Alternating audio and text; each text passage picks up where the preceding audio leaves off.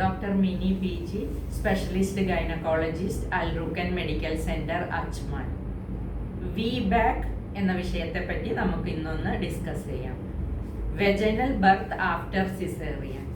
എല്ലാവരുടെയും ഒരു പ്രതീക്ഷയാണ്, ഒന്ന് സിസേറിയൻ കഴിഞ്ഞാൽ രണ്ടാമത് എനിക്ക് നോർമലായിട്ട് പ്രസവിക്കാൻ കഴിയുമോ എന്നുള്ളത്. അതിന് കുറേ കാര്യങ്ങൾ ശരിയായ രീതിയിലാണെങ്കിൽ മാത്രമേ നോർമൽ ഡെലിവറിക്ക് അനുവദിക്കാറുള്ളൂ.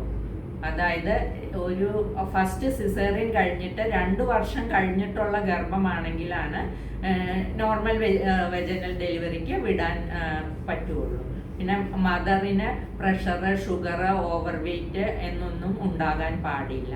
ബേബിയുടെ വെയ്റ്റ് കറക്റ്റ് ആയിരിക്കണം.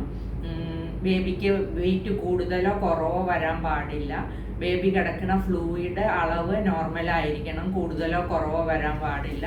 പ്ലാസൻ്റ നോർമൽ പൊസിഷൻ ആവണം. മദറിൻ്റെ യൂട്രസിന് വൈകല്യങ്ങളോ മുഴകളോ സിസ്റ്റുകളോ അങ്ങനത്തെ പ്രശ്നങ്ങളോ ഒന്നും ഉണ്ടാകാൻ പാടില്ല. ബേബി വരുന്ന വഴി കറക്റ്റ് ആയിരിക്കണം. പെൽവിസ് അഡിക്വേറ്റ് ആയിരിക്കണം. അല്ലെ എന്തെങ്കിലും ബുദ്ധിമുട്ട് വരാൻ, ബേബിക്ക് പ്രസവിച്ച് വരാനുള്ള വഴിയിൽ എന്തെങ്കിലും തടസ്സങ്ങൾ ഉണ്ടെങ്കിൽ അങ്ങനെയുള്ളവരെ VBACന് വെക്കാറില്ല. പിന്നെ പ്രീവിയസ് ആയിട്ട് സിസേറിയന് 2 or 3 കഴിഞ്ഞതാണെങ്കിലും നോർമൽ ഡെലിവറിക്ക് വെക്കാറില്ല. അപ്പം ഈ ക്രൈറ്റീരിയ എല്ലാം സാറ്റിസ്ഫൈഡ് ആണെങ്കിൽ നോർമൽ ഡെലിവറിക്ക് അലോ ചെയ്യും. അപ്പോൾ എക്സ്പെക്റ്റഡ് ഡേറ്റിൻ്റെ അറൗണ്ട് ആയിട്ട് നമുക്ക് ലേബർ പെയിൻ തന്നെ വരണം. അങ്ങനെയുള്ളവർക്കാണ് വെജൈനൽ ഡെലിവറി കൂടുതലും സാധ്യമാകുന്നത്. ഡേറ്റ് കഴിഞ്ഞു പോയവർക്കും പ്രീ ടേം ഡെലിവറി പെയിന് വന്നിട്ടുള്ളവർക്കും ഒന്നും നോർമൽ ഡെലിവറിക്ക് വെജൈനൽ ഡെലിവറിക്ക് വെക്കാറില്ല. അപ്പം അങ്ങനെ നോർമലായിട്ട് വേദന വന്ന് പ്രസവിക്കാൻ അനുവദിക്കും. പക്ഷേ അതെല്ലാം തീരുമാനിക്കുമ്പോഴും എല്ലാ കാര്യങ്ങളും വളരെ പെർഫെക്റ്റ് ആയിട്ട് സാറ്റിസ്ഫൈഡ് ആവണം.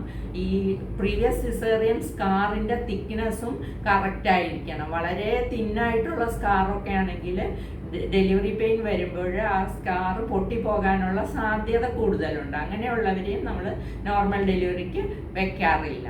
അപ്പോൾ എല്ലാ ക്രൈറ്റീരിയയും സാറ്റിസ്ഫൈഡ് ആണെങ്കിൽ നോർമൽ ഡെലിവറിക്ക് അലോ ചെയ്യും. അത് എല്ലാ സജ്ജീകരണങ്ങളും ഉള്ള ഹോസ്പിറ്റലിൽ വെച്ചായിരിക്കണം ഡെലിവറി നടക്കുന്നത്. ഇൻഡിവിജ്വൽ മോണിറ്ററൈസ് ചെയ്യും. ബേബിയുടെ ഹാർട്ട് റേറ്റ്, മദറിൻ്റെ കണ്ടീഷൻ, പൾസ്, BP എല്ലാം കറക്റ്റായിട്ട് മോണിറ്റർ ചെയ്ത് ഡെലിവറി പ്രോഗ്രസ് ചെയ്യണത് കറക്റ്റായിട്ട് മോണിറ്റർ ചെയ്യും.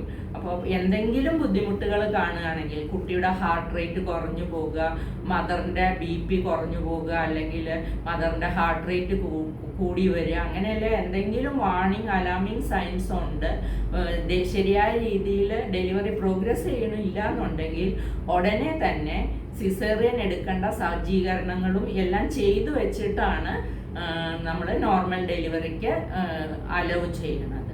അപ്പോൾ നോർമൽ ഡെലിവറി ആകാനുള്ള ചാൻസ് ഉണ്ട് 75 to 80% ആണ്. എങ്കിൽ പോലും നമ്മൾ എല്ലാ ക്രൈറ്റീരിയകളും മീറ്റ് ചെയ്താൽ മാത്രമേ നോർമൽ ഡെലിവറിക്ക് വിടുകയുള്ളൂ. അപ്പോൾ ഇത്രയും പറഞ്ഞാൽ പോലും ഒരു ഇൻഡിവിജ്വലിനെ അസസ് ചെയ്തിട്ട് ഡോക്ടറും പ്രസവിക്കുന്ന സ്ത്രീയും തമ്മിലുള്ള